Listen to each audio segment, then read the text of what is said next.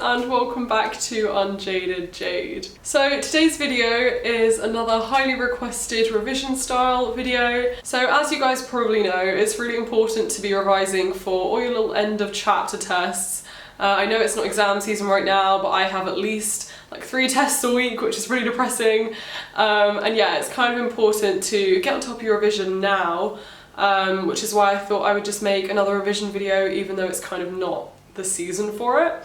So yeah, and today's video I think is quite an important one, especially if you haven't kind of considered these things before. But yeah, it's the 3-step way to effectively revise for an exam, because a lot of people put so many hours into revision, like, oh yeah, I did 8 hours on Saturday or something, and I just think to myself, you could be doing so many less hours but making them way more effective.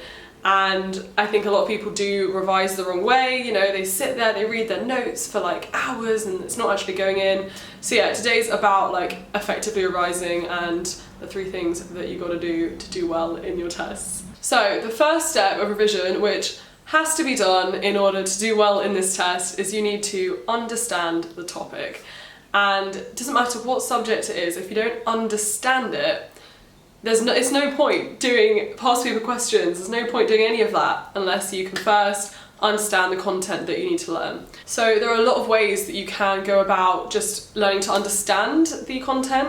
For example, videos online. I mean, if I don't understand something in chemistry, I'm straight onto YouTube. I like eRental and all these other A-level chemistry sort of things. And that isn't like me learning the information, it's just kind of, if I don't understand it, it's quite good to consolidate like my understanding of it. Yeah. You can also just go over what you've done in lessons and that sort of thing. But yeah, the first step to revising is understanding everything. And if you don't understand, that is where you need to be proactive, ask your teacher, ask questions in the lesson if you're not getting stuff. Go and ask your friend, because at the end of the day, if you let all this stuff build up that you do not understand, when it comes further down the line to having proper exams, you're just going to have too much to catch up with understanding. So try and do your best now to understand stuff for every end of chapter test that you have. Okay, step 2. So you understand the information. Great.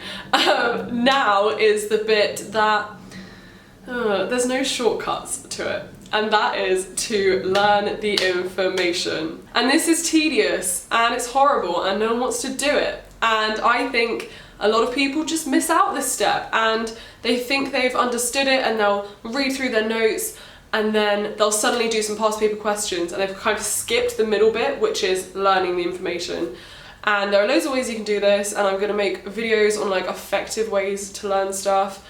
But things like mind maps from memory and like getting someone to test you on notes or that kind of thing, flashcards with like questions on them. I'll also put a link in my bio to the video I made ages ago about assigning information to objects, which is a really good way to learn information.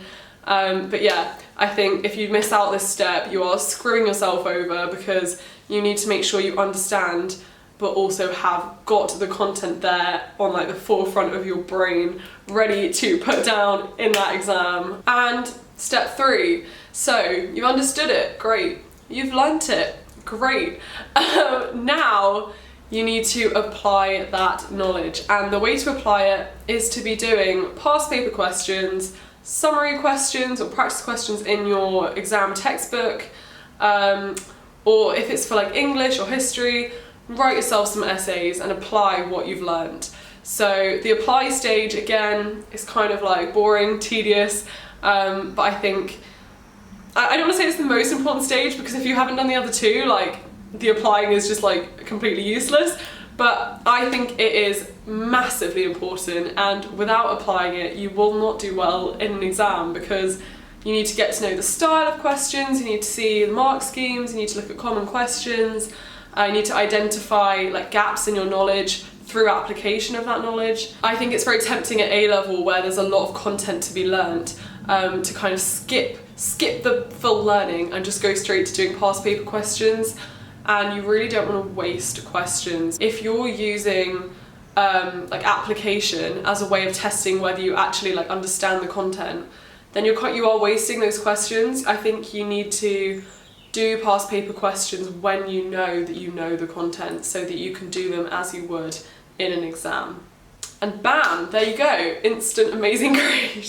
And I know it sounds really easy, but yeah, it's not, because it's just tedious. It's a really tedious process to have to go understand, learn, apply. And I think if you don't do those 3 things when you revise, you are just not revising effectively. And it is very easy to do passive revision and just read through your flashcards, just read through your notes, and not necessarily test whether you've learned it, or test whether you can apply that knowledge. And I think if you don't do those 2 things, you really aren't effectively revising. So yeah. I'm sorry if this seemed really obvious to you, because I know a lot of people know how to revise and everything. But yeah, that's just my opinion. Share your little tips below. As this year goes on, I will be sharing more of my revision techniques within those 3 categories, so kind of my best ones to learn information, that sort of thing, how to approach past paper questions.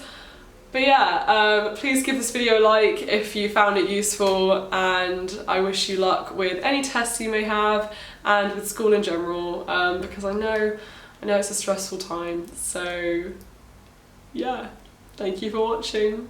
Bye. Also, if you're new here, subscribe.